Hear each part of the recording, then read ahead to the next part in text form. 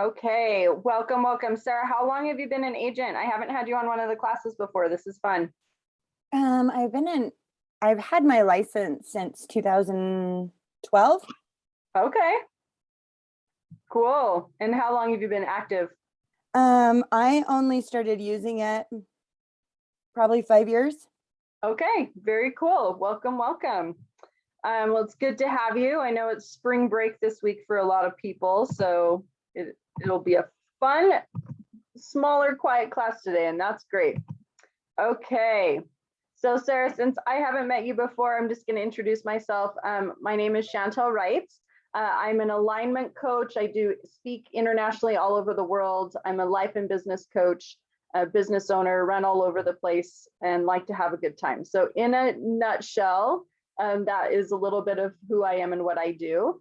And Miss Camilla is also on. She is also a master. I'm not going to even get it right. Camilla, you can go ahead and tell what your title is, because I don't mess it up. Well, I'm a Transcend trainer. In other words, American board certified trainer in NLP, timeline therapy, and hypnosis. So I actually train and certify people. Yep, she's super awesome. And we do a lot of fun things together. So she's on the call as well. So if you have any questions as we go along, feel free to pipe in and either of us can answer and help you out there. So awesome. Thank you. You're very welcome. All right. So today we are talking about ideal clients. So if you've been doing this pretty solidly for 5 years, I bet you've got a pretty good idea of who you enjoy working with and who kind of your target is, but we're going to dive into that pretty well. Or maybe you don't, maybe you just know who you don't want to work with, which is also fair. So this is all about like how to figure out who your target client is and why you want to do that and how to make that work for your business. So the first big question is, why should I have a target client? I get this all the time, especially with the agents. Well, really any business owners, people, their first thing is that they in their mind, they think, well, I just want to reach as many people as I can, and I want to help all the people, which is really fantastic, but that doesn't actually help you attract people into you. It's a little bit too vague. So being very specific actually is very beneficial for you. It'll help you focus your marketing efforts. It'll help you focus on your highest potential and reach the right audience, which is awesome. It'll help you to develop attraction marketing strategies, which we will talk about in this class as well. And then it also helps you to choose the right marketing channels. So knowing who you're trying to reach saves you a lot of time and headache by trying to be everywhere all the time. You can actually hone in on just a few specific, and it'll help you to refine your marketing efforts and save you a lot of stress and issue that goes along with that. So that's some of the things we'll be covering. And like I said, feel free to ask any questions as we go through. We are happy to help you out with it, with whatever, and you can pause and we can just have open conversations. So the first thing is, what is a target market identification? So this is the process of identifying and selecting one or more market segments or groups of customers that you want to focus on in your marketing mix. So there's that old quote, you know, the riches are in the niches, and that really is a lot of truth, especially when it comes to marketing and getting your name out there. You really do want to hone in on who your ideal client is, because it will help save you so much trial and error and stress in the long run of reaching the wrong people and sending out the wrong message. So as we're starting this, a couple of things you want to consider. First, who do you relate to? Who do you interact well with? Who do you enjoy being around? Where do you get the best return? Like, this is a big one, I think, especially for agents, is many people start off feeling like they love first-time home buyers because they're so fun and so excited and they love the process. But the first-time home buyers are a lot more work and they don't necessarily get you the same return. So making sure that when you're looking at who your ideal client is, who's going to get you the best return, and then who are your biggest raving fans, right? So we want to be able to consider those people that will help promote us, the ones that refer us all the time. Like, those are the best kind of people. And when I when I'm working with my clients, I always tell them, like, if you could clone your favorite client 100 times over and work with them 100 times, like, who is that one client? And we can start to paint the picture around them. The biggest thing to consider too is, like, when we're looking at this, like, who are the people, when we say raving fans, like those people that refer you without question, those people that are loyal, those are the type of people we want to consider in this. And I'm sure, like we said at the beginning, you know, over the years, especially the last 5 years where you've been more active, like, you probably have people that you're like, I could probably not work with them again and be just fine. Right? Yep. I would probably not be upset if they didn't come back around, right? So we start to develop a taste for the people that we love to work with and that jive really well with us, and then also those who don't. And being able to identify what those are will help us to position ourselves so that we're not attracting in more of the people that are a struggle for us, right? Because naturally, we're going to relate to some people and not to others, and that's okay. Not everyone is our client as much as we'd like them to be, or we think we would like them to be when we start out. We learn very quickly that we don't relate to everyone and that there are people that are a struggle for us. And so we want to start to create our brand and our messaging around the people that we want more of in our life, so that we have a very intentional business and we're bringing those people in through our marketing efforts, if that makes sense. Okay. All right. So the way I like to talk to people about this is to start general, and then we'll work our way to specifics. Okay. So in over the years, Sarah, if you can think of maybe your very favorite client you've had, like maybe one or two, right? And think about like a couple of things, like what age were they? Where did mine. You've got yours? Okay. Yeah. I mean, I think that the majority of mine are about my same age or younger. I have a lot of younger that I love to work with. Okay. That is very typical. Like, most of the time we find ourselves that we relate most closely to the people that either we share this, that we are the same age, or that we're relatable in some way, shape, or form. So sometimes, like, I have some realtors that relate better to like people older than them, like they like to care for that, or they have, or like you said, like people younger than us, sometimes we socialize a lot with like our kids and their friends or something like that, to where we start to kind of create a second demographic, which is also great. So let's talk about some of the ones that are closest to your age. Where do they live? Oh, they're usually people that this is going to sound so silly, people I grew up with, or friends of friends. Okay, perfect. And do they have, like, are you kind of honed in on a specific area, or they're kind of all over? Well, so I relocated about 2 years ago before the pandemic, which was great timing. And so I was up in a different kind of location. It was up in the mountains. Okay. So I kind of went from more outdoorsy cabiny feel to regular homes. Okay, very So cool. I'm just trying to adapt to city life. I love it. I love it. City girl now, huh? Yeah. So where do most of the people that you work with, where do they work? Oh, it's a wide variety. Okay. I don't know if I've honed in on just like a specific kind of income or that kind of thing. No worries. No worries. And then also too, I wanted to let you know, if you put your email in the chat, I can send you these out. So if you want to sit with them and kind of work on them on your own as well, Oh, perfect. then you'll have all the slides and you can work through that too.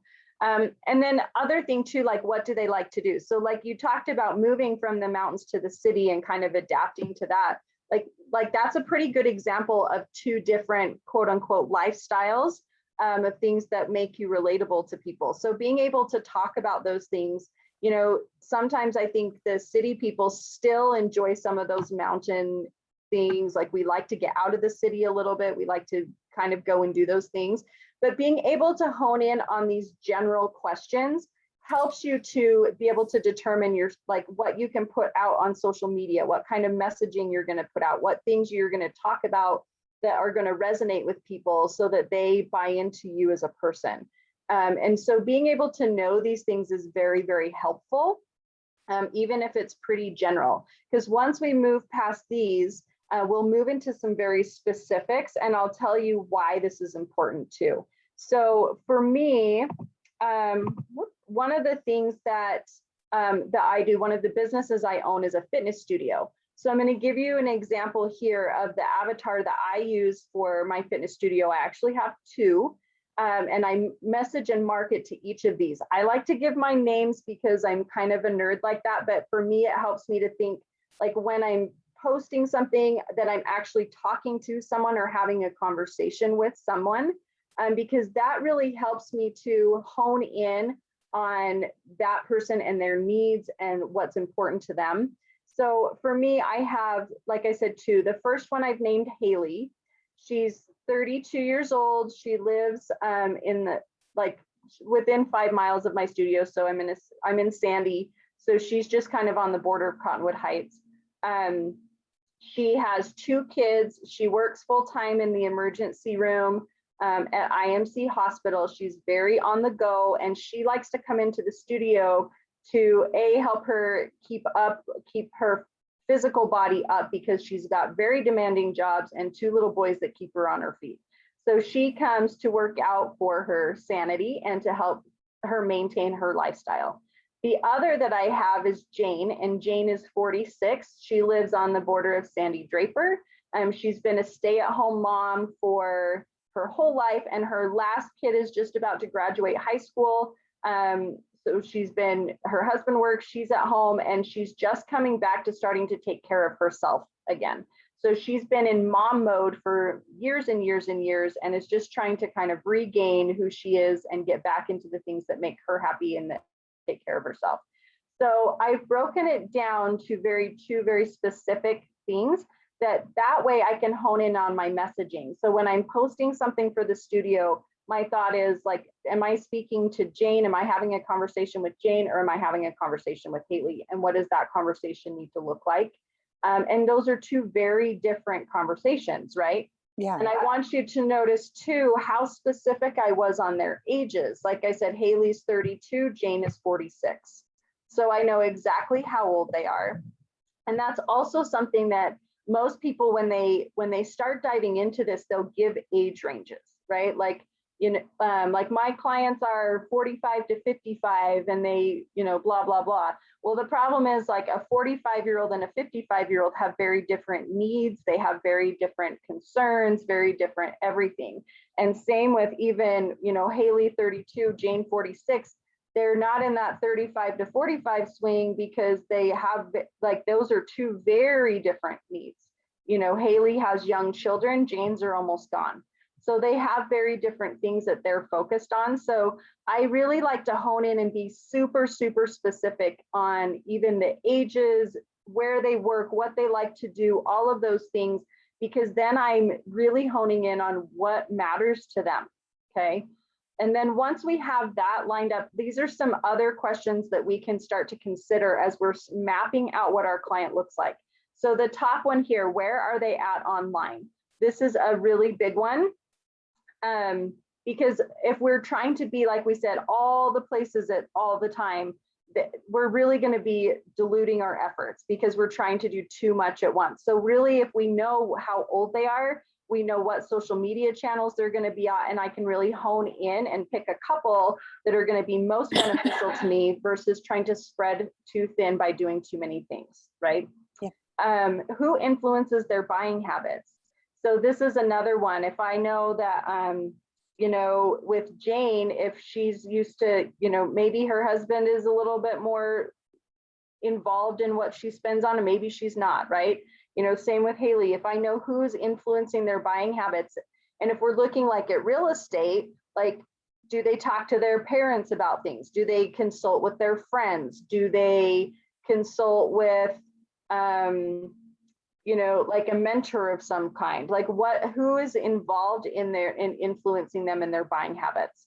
That also helps me to know like who needs to be at the table when we're meeting and discussing things so that we get everybody on the same page, right? Yeah. Where do they like to shop? That's another one that's a really big one because it influences their daily behaviors and their themes.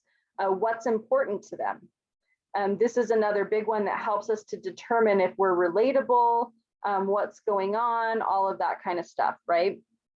Who do they like to hang out with? Again, peer group, that kind of thing. And if we can start to, this is another big one too, because if we are relatable to them and the people that they're hanging out with, we're much easier for them to refer, right? So being able to be relatable to their peer group, to, the things that they like to do. What are their interests and hobbies? Again, these are things just to kind of help get your brain turning so that you can start to post content that is relatable to them. Marital and family status. Yeah, Camilla. So how do we know this though? Like, I know that my ideal client is a version of myself, so I could answer this for myself, but really, how do I know? Because whenever I've looked at ideal client mapping kind of stuff, I'm like, well, how do I even know? I feel like I'm totally guessing.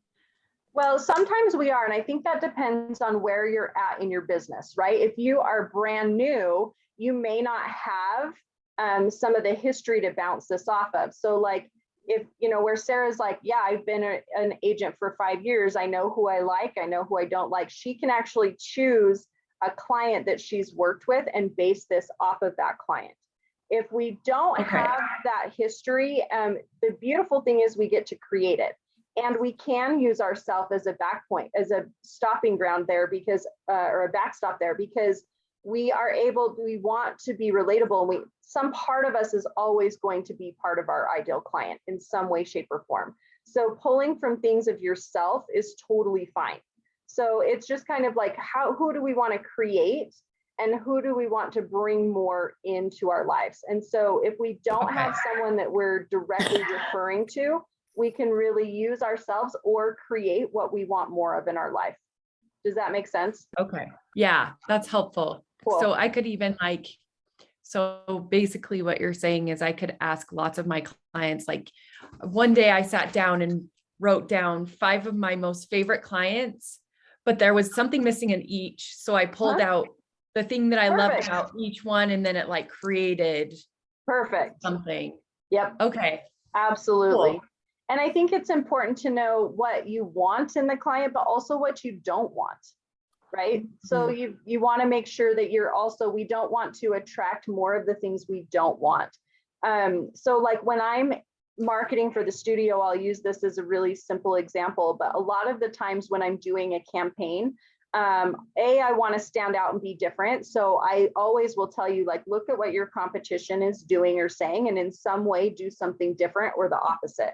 So I will go out and say, if you hate treadmills or if you hate row machines, something to that effect. So it's doing one of two things. It's kind of alerting my people that are like, oh my gosh, I hate treadmills. I hate running so bad that they might want to like look at what we're doing. But also it's letting people know, like, if they do love running on treadmills or like throwing weights around or whatever, that I'm probably not their person, right? Or their place. Cool. Because so it does kind of twofold. So when we can really hone in on this, it allows us to target the people we want, and it also allows us to send the message to the people we don't want so that we're not attracting in the wrong people. Does that make sense? Okay. Yeah. Awesome. Okay. And then obviously income is another big one, especially when we're starting to like really hone in on what's going to give us the best return. Obviously, like we talked about first-time home buyers a lot, like they are very near and dear to most of our hearts. They are so much fun to work with. They are just so excited about it. And especially right now is such a hard market for them. And it's so much more work, right? So being able to be honest about that, like we may love these people, but it's not the best return for us in growing our business and not the most strategic move. So we're not going to, not that we won't help them, but we want to make sure that we're not attracting too much of that in so that our business is not in correct balance. So when I'm working with people on helping to map out like what their ideal client is, one of the things that I say to people all the time, we kind of touched on this at the beginning, but when we're first starting out, we are just so like, we want to help everyone. We want to bring everyone into our business. And it's like when you're fishing, if you just cast this huge wide net and start to bring it in, you're actually going to miss all of the fish, right? It is more specific to know exactly what kind of fish you're going for, so that you have the right equipment, the right nets, and you're casting in the right place with the school of fish that's what you want. So you'll bring in more fish. Does that make sense? So we really need to start honing in on what our messaging is, and what we're doing with our business, so that we're attracting in the right people and we're bringing the right people into our business. Okay. So once you know that and you have this honed in, then you can look at, obviously I've only shared 5 social media platforms here, but you can really dive in and choose 1 or 2 that you want to hone in and focus your business on, and have concerted efforts in different places. So when I'm looking at social media and where to choose, I'm always looking at like what percentage of the age range of my people is on this platform, how long are they on the platform each day, and that way I can make sure that I'm putting out the right content. And then also, like, is my content duplicatable on other platforms? So it might be something that's very easy for you to throw up on YouTube and then break into sections and use for Facebook and Instagram or whatever, right? So you can make sure that you're putting out the right message. If you are not super social media savvy, or you don't want to spend a lot of time there, I really recommend you choose maybe 2 platforms to start out with until you feel comfortable with it, and then you can amp up from there. Okay. Yes, Camilla. Why does it kind of go up like, excuse me, So up like this? This is really based on number of users is the only reason. Okay, so Facebook has the most Yes. users is what you're saying. Okay, Yep. cool. But really Facebook, the stats that we're seeing right now for Facebook is it's really kind of starting to decline. I do believe it's still probably the biggest one of all of them, but definitely other things are making their mark and coming up. Some of these 2, you have to understand, act more like search engines. Like Pinterest and YouTube are actually search engines. So having content on there is going to help drive, like if you use them correctly, they should be driving people to your other platforms. Okay. And I really believe that you can use, like, do one piece of content and break it down and use it as many times as you can until it's kind of beat into the dirt. Like, save yourself a lot of time and energy. So it's really easy to go out, and put a video on YouTube and upload it. And then you can get the transcription from the video and use it as blog posts. You can use chunks of them for social media posts. You can use snippets of your videos. You can break them down, little chunks here and there. Like, use as much as you can so that you're doing as little work as possible. Okay. But also, like, taking the time to understand, like, Instagram doesn't have as many users as Facebook, but people are on it almost double the amount of time of Facebook. So it's like, once you're there, like, you have more of a captive audience.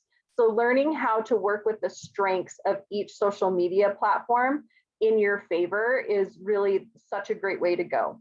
LinkedIn is probably another one that I would say, especially for the real estate market. So if we look at sheer number of users, 60% of people ages 30 to 49 are on LinkedIn, which is such a great place to be.